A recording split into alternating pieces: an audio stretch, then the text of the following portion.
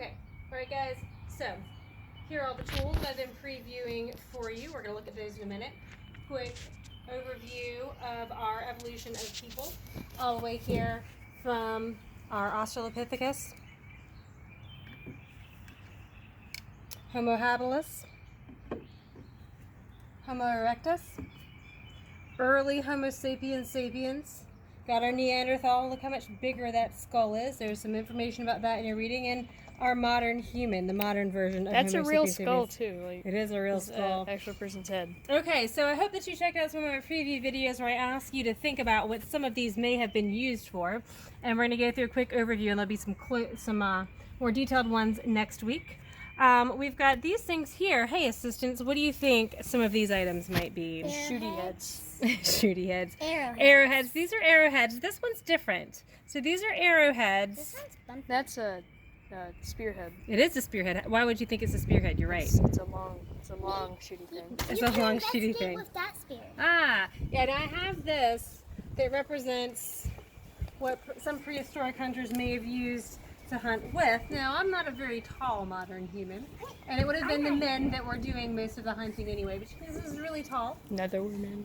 It's nice to be able to throw it or to stab at something without You coming can too demonstrate on close that to it. one. I can demonstrate. Ah, so you wouldn't want to be that close. You'd want to be farther away from your target so that, you know, if it weren't a first grader, if it were a charging mastodon or woolly rhino, I would want to keep my distance. And there'd be many of us here jabbing at our woolly rhino or our woolly mammoth. A woolly mammoth. No, this to try to bring it down. So it's large. Now this, you can see you have the feather in the end. It also could be used to throw. I'm not going to actually throw it into the woods. I did borrow this from Museum of Anthropology. They would not appreciate that. So they would have hunted with spears more often than not. And this represents what those spears might have looked like. So way back in the very earliest uses of tools, we found mostly that they used rocks, just rocks in varying forms.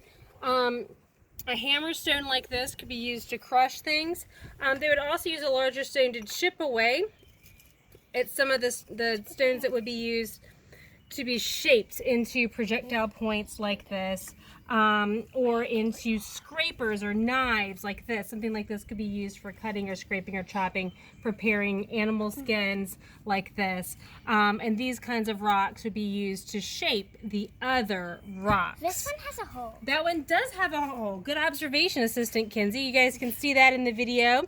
What do you think this might be used for? Bowl. Tiny bowl. Very tiny bowl. That's a really tiny bowl. That's Would that what be I useful? said, Mom. That's what I said. If you were listening. It's a nutting stone. What? That sounds weird. So what do you think? Can you find me an acorn over there, Assistant Kinsey? Acorn. Or perhaps there's some bits and parts of a pecan. No, Oh, you know, right over here, we have, I'm going to cross This will take a moment.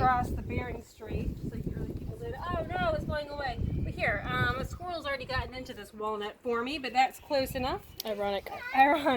So if I were an early person and I wanted to crack open a nut, I wouldn't hold it up in the air like that because that would be ineffective. You put it in a little indentation, that should hold it, right? She broke it. And I can break it up. Dang. Well, that's just the cap of... Dang. That's what I said. And so you could use that to crack nuts. That's useful. It is useful. If you've read Hatchet, How did they get that hole, though? Well, they would have worn away at a rock. Looks like maybe they even started another one there, and that turned out not to be such a great spot, and they worked in it there. Was this an or maybe- actual ancient specimen, or did they just... No, it's not an actual ancient specimen because they wouldn't lend that out to people. Makes sense. However, it's would have been made in a similar style. This is so soft. Is it beautiful? It's iridescent.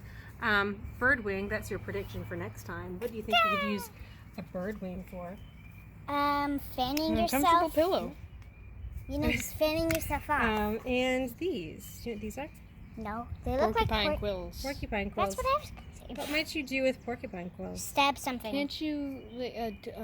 Epi, No, not that. The thing that they use. Oh, acupuncture. Yeah, Interesting. acupuncture. I'm not so sure that the Yeah, I doubt Neanderthals that, were that but still. advanced. I think. One more thing to think about there. So, how about this? Did they use them to knit clothes? Good thinking. How could they do that, Kenzie? Well, since we have knitting rings and the tips are kind of sharp, and you could use like strings or pine needles or something. Very interesting. Very interesting. Now we have a strapped bone. What do you think this might be? Strapping bones. For what? What's it called? That thing. Slingshot. Yes, a slingshot. Yeah. And I would use a rock instead of a That kind of worked. acorn shell. So we have this wide array of different tools. I'm going to do a part 2 later on next week. I want to hear your thoughts and your predictions. Like for on- part 2. Yeah, like for part 2. Thanks, guys. Hear your thoughts. Outro.